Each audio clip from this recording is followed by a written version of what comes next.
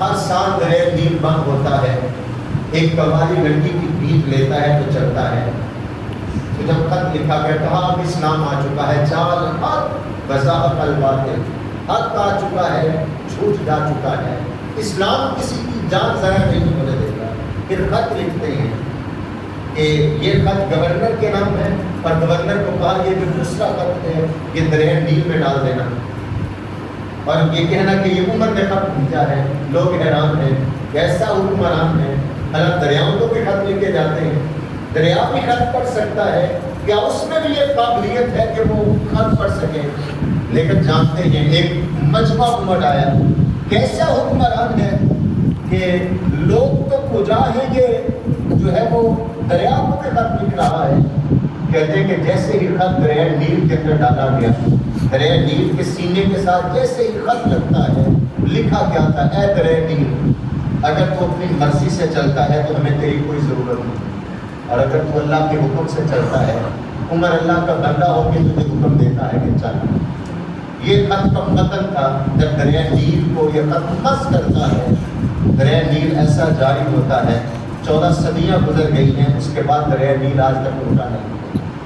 اور پھر مسجد نبوی کے ممبر پہ بیٹھ کے لوگوں کو جو ہے وہ واعظ اور تبلیغ کر رہے ہوتے ہیں، اور حضرت ساریہ رضی اللہ تعالیٰ 800 میل دوری، 1 مہینے کا جانے کا سفر، 1 مہینے پہ آنے کا سفر ہے، وہ وہاں پہ جنگ کر رہے ہیں۔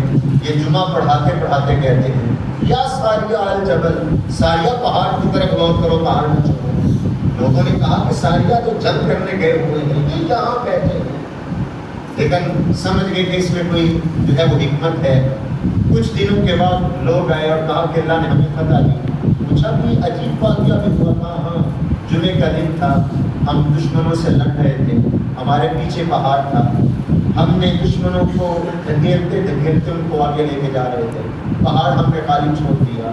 جمعے کے عین وقت ہمارے کان میں عمر پاک کی آواز پڑی کہ پہاڑ کو نہیں چھوڑنا، اور جب ہم نے پلٹ کر وہاں دیکھا تو وہ کافی پیچھے سے ہم سے جو ہے وہ حملہ کرنے والے تھے۔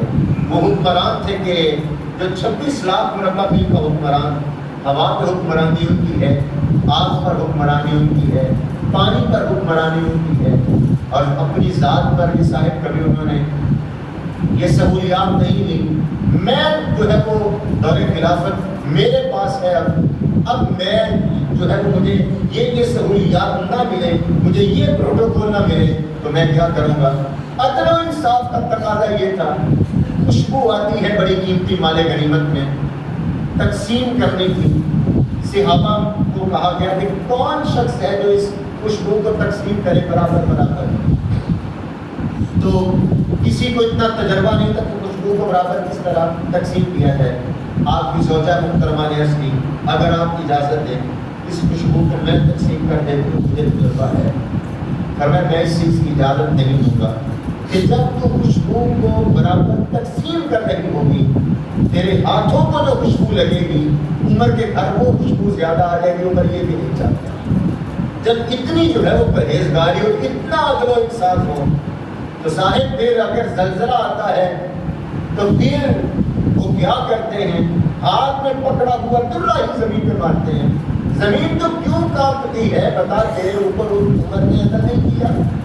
پھر یہ بھی ہمیں بتایا کہ جہاں عدل و انصاف ہو وہاں آفات و بلیات جو ہے وہ نہیں آتی۔ اور پھر بڑے بڑے اسٹیٹس والے لوگوں کو جو پیغام دیا ہے، خاتم مصر حضرت عمر، حضرت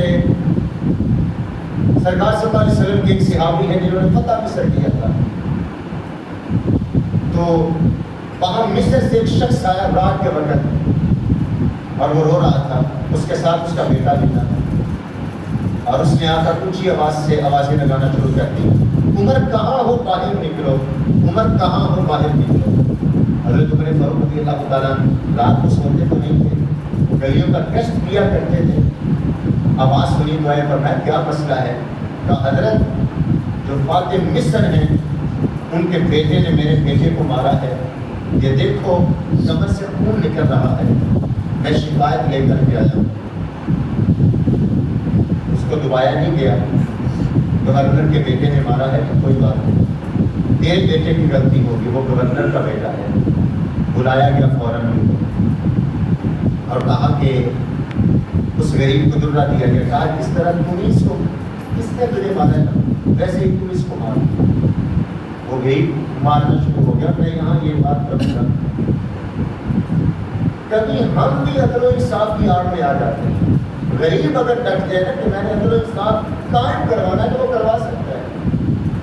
ہم M P M L A اور بڑے لوگوں کی باتوں میں آ کر کے کہتے ہیں کہ کوئی بات نہیں یار میں معاشرے میں رہنا ہے. وہ دباؤ وہ سوشل پریشر. وگرنہ اگر غریب ڈٹ جائے تو حضرت عمر فاروق رضی اللہ تعالیٰ عنہ کا دور ہمایوں میں دیکھیں ہم ایک بادشاہ نے اسلام قبول کیا اور وہ مکہ میں آتا ہے بیت اللہ کا طواف کرنے کے لیے. تو دوران طواف اس کی ٹھوکر کسی غریب صحابی سے لگتی ہے تو اس کو تھپڑ مار دیتا ہے اور وہ غریب حضرت عمر فاروق رضی اللہ تعالیٰ کے پاس جا کے شکایت کرتا ہے حضرت بادشاہ نے مجھے تھپڑ مارا میری غلطی نہیں. بادشاہ سے جب پوچھا تو اس نے کہا کہ ٹھوکر لگی ہے غلطی بات یہ اور میں تیرے پاس آج رات کا وقت ہے یا تو اس کو راضی کر لے یہ معاف کر دے یا پھر سزا کے لیے تیار ہو جائے. اس نے کہا کہ رات میں سوچ کے بتاتا ہوں. اور جب اس سے پوچھا گیا کہ بادشاہ ہے تو اس کو معاف کر دے تو غریب ہے وہ امیر ہے وہ بادشاہ ہے. تو کہنے لگا اگر میں آج اس کو معاف کر دوں گا کل کو یہ کسی اور غریب پہ ظلم کرے گا اور کسی غریب کو تھپڑ مار دے گا. میں یہ نہیں ہونے دوں گا. جب صبح ہوئی تو لوگوں نے بتایا کہ حضرت کو تو راتوں رات بھاگ گیا ہے اور اسلام سے بھی پھر گیا ہے. کسی نے کہا کہ آپ نے اسلام کا نقصان کیا ہے اور میں نے اسلام کا نقصان نہیں کیا بلکہ اسلام کا عدل و انصاف کا معاملہ تھا میں نے وہ جو ہے وہ پورا کیا ہے. ایک غریب کو تھپڑ بھی اگر لگے عمر اس کو بھی جو ہے وہ انصاف دلانے کا جو ہے وہ روادار ہے. بڑھیا کا اگر تیل جو ہے وہ گر جاتا ہے عمر درہ لے کے آ جاتے ہیں کہ اس بڑھیا کا تیل واپس کر وگرنہ عمر دروں سے تیرے سینے کو جو ہے وہ چاک کر دے گا. پھر صاحب ادھر جب یہ معاملہ ہوتا ہے حضرت عمر فاروق رضی اللہ تعالیٰ فاتح مصر کے بیٹے کو کوڑے جب لگواتے ہیں تو فرماتے ہیں ساتھ میں سنیے گا صاحب یہ ہمارے معاشرے کا ایک ناسور ہے یہ بات نہیں. فرمایا یہ سزا بیٹے کو نہیں اس کے باپ کو بھی دی جائے. اس کے یہ کپڑے اتروا کر اس کو ٹاٹ کا لباس پہنایا جائے. کہا حضرت غلطی بیٹے نے کی ہے باپ کو کس لیے سزا. کہا بیٹے کے ذہن میں یہ بات کس نے بٹھائی ہے کہ میں گورنر کا بیٹا ہوں جو مرضی کروں. یہ اس کے ذہن میں بات کس چیز نے بٹھائی ہے اس کو بھی ختم کیا جائے. آج ہم دیکھیں یہ معاشرے میں یہ ناسور ہے صاحب کہ یہ فلاں کا بیٹا ہے اس کو کیا کہا جائے. عدل و انصاف کا تقاضا یہ ہے. اسلام مساوات کا درس دیتا ہے. یاد یہ عمر فاروق رضی اللہ تعالیٰ عنہ کی ذات ہے. بات جو ہے وہ طوالت اختیار نہ کر جائے. ایک موقع ایسا بھی آیا تھا کہ سرکار صلی اللہ علیہ وسلم صفحہ سیدھی فرما رہے تھے جنگ کے موقع پر. تو سرکار نے چھڑی سے ایک صحابی کو فرمایا سیدھے ہو جائے. اس نے عرض کی کہ آپ نے مجھے چھڑی ماری کا میں نے بدلہ لینا ہے. سرکار صلی اللہ علیہ وسلم نے چھڑی اس کے ہاتھ میں تھما دی. امام الانبیاء ہیں یہ نہیں فرمایا کہ اگر مجھ سے بدلہ لینا ہے میں پہلے رب کو عرض کرتا ہوں وہاں سے آرڈر آئے گا جبریل آ کر بتائے گا کہ اگر امام الانبیاء سے ایک صحابی بدلہ لے تو وہ کیا لے بھی سکتا ہے کہ نہیں. کیا فوری فتویٰ نہیں دیا کہ تو صحابی ہو کے مجھ سے بدلہ لے گا تو دائرہ اسلام سے خارج ہے تو مرتد ہو گیا. نہیں صاحب ایسا کچھ بھی نہیں. عدل و انصاف کا جو معیار ہے اس کو قائم کیا.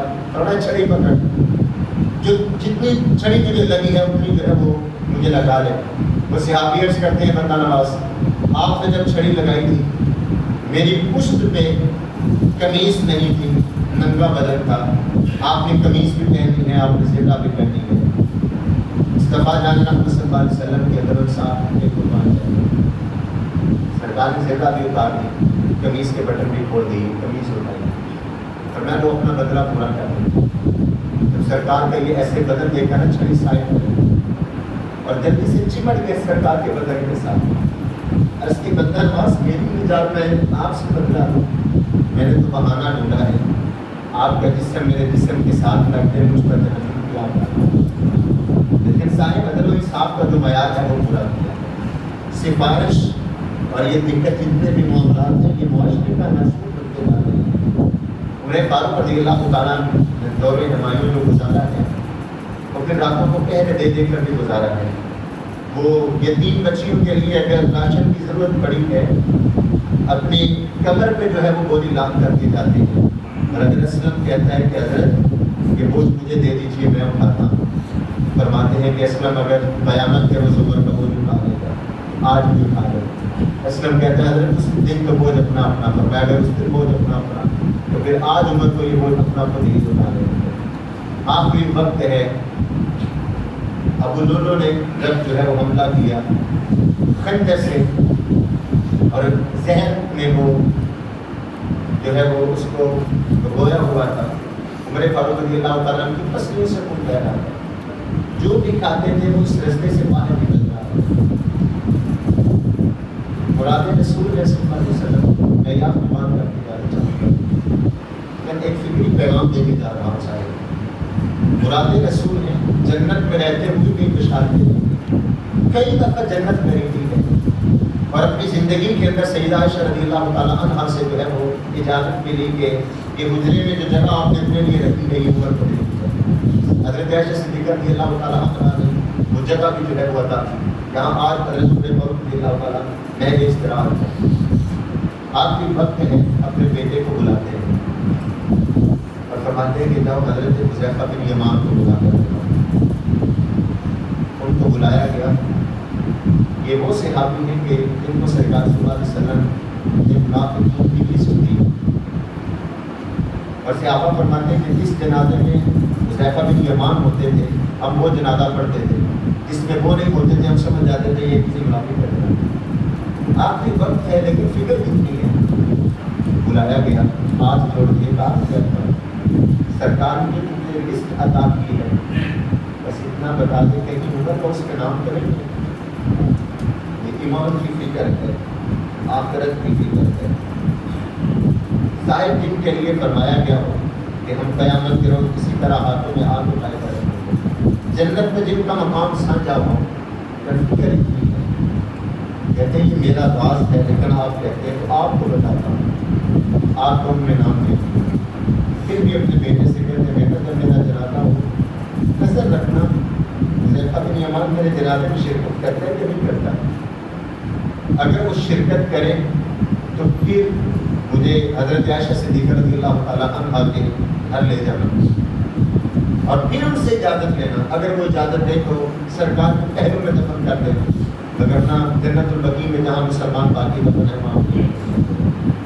صاحب جنہوں نے زندگی اتنی احتیاط سے گزاری ہو ان کو ایمان کی اتنی فکر ہے، ہمارے پلے صاحب کچھ نہیں ہے، اور ہمیں فکر بھی نہیں ہے کہ ہمارے اعمال اور ہمارے دیگر جو معاملات صاحب ان کی نیکیاں، سرکار کا فرمان۔ حضرت عائشہ پوچھتی ہیں یا رسول اللہ کوئی صحابی آپ کا ایسا بھی ہے جس کی نیکیاں آسمانوں کے تاروں کے برابر ہیں؟ سرکار فرماتے ہیں ہاں عائشہ، وہ میرا عمر ہے جس کی نیکیاں آسمانوں کے تاروں کے برابر ہیں، جن کی اتنی زیادہ نیکیاں ہوں وہ بھی ڈرتے ہوں اس معاملے سے، ہمارے پاس تو ہے ہی کچھ نہیں، اور جب ہے بھی کچھ نہیں تو پھر کتنی دیدہ دلیری سے ہم گناہوں کی طرف جو ہے مائل ہوتے ہیں۔ تو یہ سرکار کا فرمان، جب نیک لوگوں کا تذکرہ کرو، عمر کا جو ہے وہ تذکرہ لازمی کیا کرو۔ واہ محرم الحرام، یکم محرم کو آپ کی شہادت کا المناک واقعہ جو ہے وہ پیش آیا۔ یہ اسلامی کیلنڈر کا آغاز بھی عمر فاروق رضی اللہ تعالیٰ عنہ نے کیا تھا۔ جب بھی اسلام نیا سال آتا ہے پہلے دن ہی عمر پاک کی یاد جو ہے وہ تازہ ہوتی ہے، اور ان کی سیرت کے جو نمایاں پہلو ہیں اور جو خوشبوئیں ہیں وہ معاشرے کے اندر جو ہے وہ بکھر جاتی ہیں۔ آئیں میں اور آپ ان کی سیرت کا مطالعہ کر کے ان کے تذکرہ خیر سے معاشرے کے اندر خوشبوؤں کا جو ہے وہ ماحول پیدا کریں۔ اللہ مجھے اور آپ کو توفیق عطا عمل نصیب فرمائے، آمین۔